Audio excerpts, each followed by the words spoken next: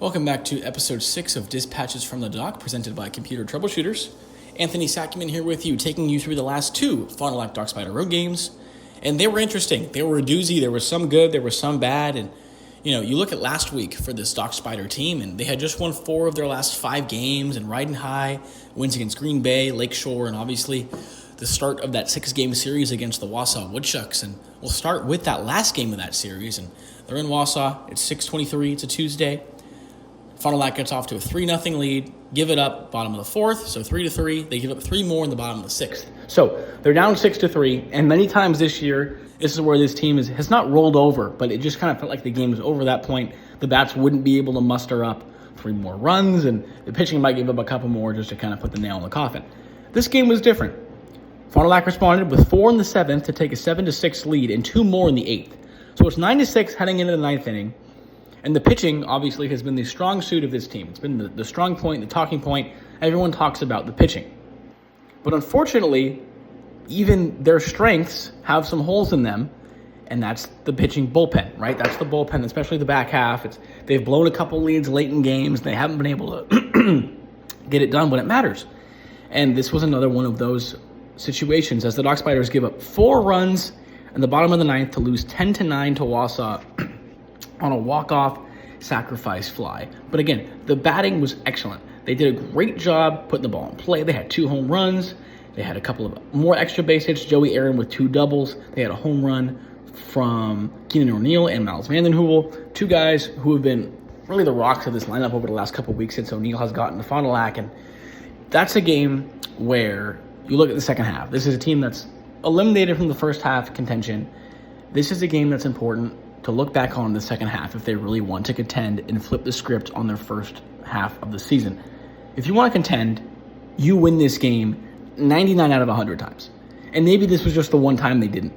But it seems like this is a recurring theme for the team where when the bats do wake up, the pitching's not there. It seems like the two sides never correlate to put together a complete game. And this was one of those times, and unfortunately it bit them towards the back half of that game. But again, the offense did an incredible job. Extra base hits, not a lot of strikeouts, put the ball in play, and you score 9 runs. Most of the time you expect to win the game. Unfortunately, against Wausau, who's a very good team, but was not enough. So you leave that Wausau series. You did lose it 4-2, and you head to Lakeshore. Before that Lakeshore game, our Parker Perel sat down with Reed Strohmeyer to talk about the offense and what they've been doing to keep their hot streak alive. Up here in Mequon, Wisconsin, as the Dock Spiders take on the Lakeshore Chinooks in a home-and-home series. I'm Parker Perel here with Reed Strohmeyer, new Dock Spider relatively. First couple games under your belt. You're adjusting to everything here with Fond du Lac in the Northwoods League. How do you feel your first couple games in? I'm loving it here. We got a great crew. I'm around, all the teammates, coaches, host family and everything. I feel like I've settled in pretty well here, and I'm enjoying my time so far. And you said to me that you're still learning names, you're still learning faces. How's it been adjusting to this team and getting to learn not only the names but also the personalities on this team? Yeah, absolutely. It's been pretty easy actually. A lot of the guys are outgoing, and I've got to know them pretty well. They just come up to me and tell me a little bit about themselves, and they've been some good conversations. So I've been pretty easily able to adjust with these guys. First couple games into this season, producing results both offensively and defensively. How have you felt your production has been over these past couple games? Good. I'm just getting my feet wet again. It's been I had some opportunities during my spring season, but now getting back at it, I'm feeling good, and just continue to make adjustments here and there and continuing to produce for my team. And what specific adjustments are you hoping to make over the course of this season, and what skills are you hoping to sharpen from your first day here to your last day here?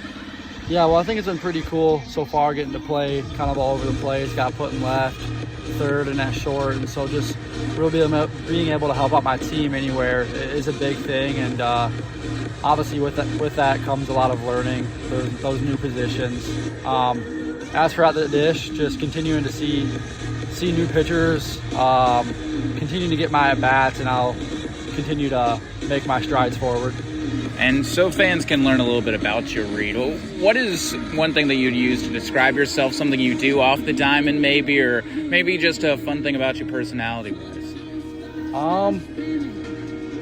I like to fish a lot, so coming up here, seeing that we're in Fond du Lac and we're on a big old lake, really caught my eye, and I can't wait to get up here fishing a little bit. What's the biggest fish you ever caught? A northern pike. I'm not exactly sure how big, but it was a big one.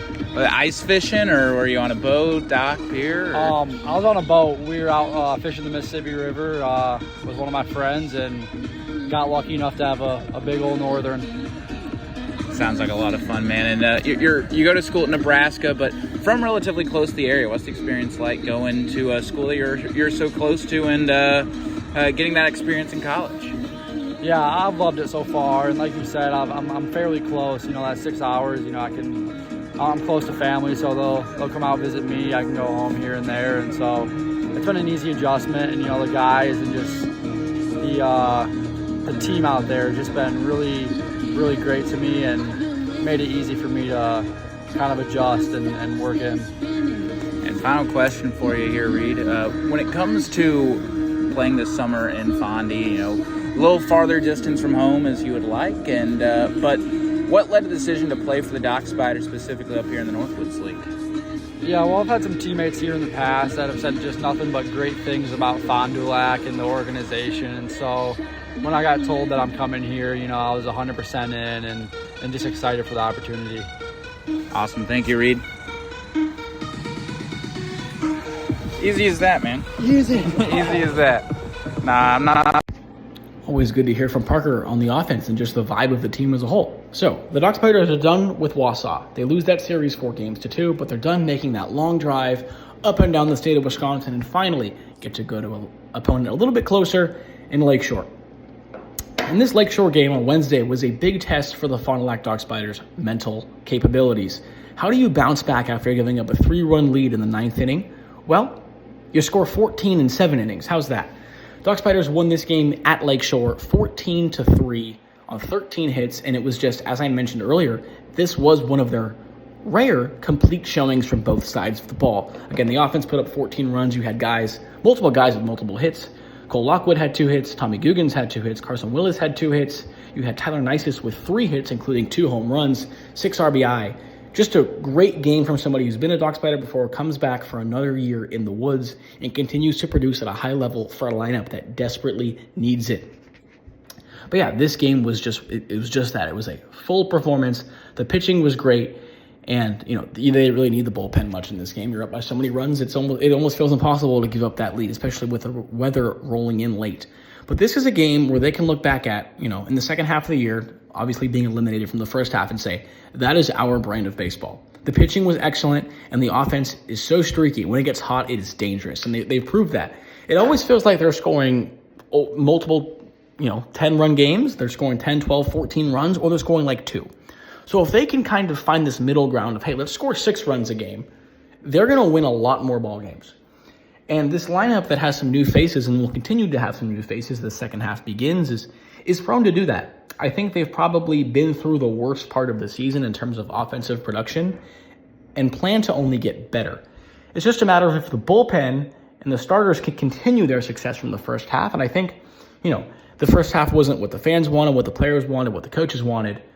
But the second half has some real potential to be something very exciting at Hare Baker Field, just because of the names in this lineup. These guys have a lot of experience in the Northwoods League and college, and you're going to see these batting averages only rise with time. That'll about do it for episode 6 of Dispatches from the Dock, presented by Computer Troubleshooters. My name is Anthony Sackman, and we will see you guys next time from the Dock.